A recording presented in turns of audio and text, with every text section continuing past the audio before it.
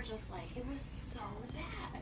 It was so gross. It was so bitter. And that is because in a lot of the world, in like larger, chocolate ventures than what we have here, we're on 46 acres, right? So the amount of yield that we get with our harvests is, when you compare it to other people around the world, which we did when we went to the Cacao of Excellence Awards, it's very low yield, in comparison to other people. So we do our fermentation in like bins because we can contain it that way.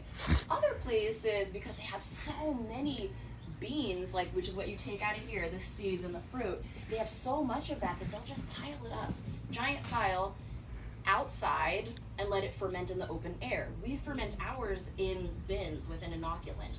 They will just let their beans ferment out in the open air. And we all know what happens when you let fruit ferment out in the open air, okay? So the outside beans are not high quality when they get to the end of that process. The inside beans are way too fermented when they do it that way, because the heat from the fermentation process like overcooks them, over ferments them.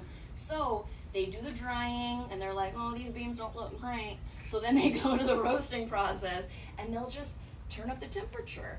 They'll overcook them, over roast them, and then they make chocolate out of that super over roasted bean.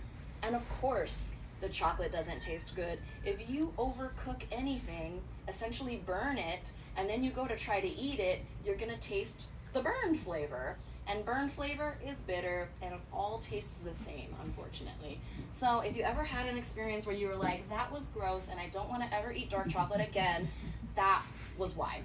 That was probably why, okay? I cannot guarantee for 100% that was why, but it's a pretty good reason. Pretty common reason. Next thing I have for you, my friends, is something that has just the right amount of roasty flavor in it. And that is the dark chocolate covered coffee beans. Okay? So these are espresso roasted, right? We are going to go on a little walk in just a quick minute.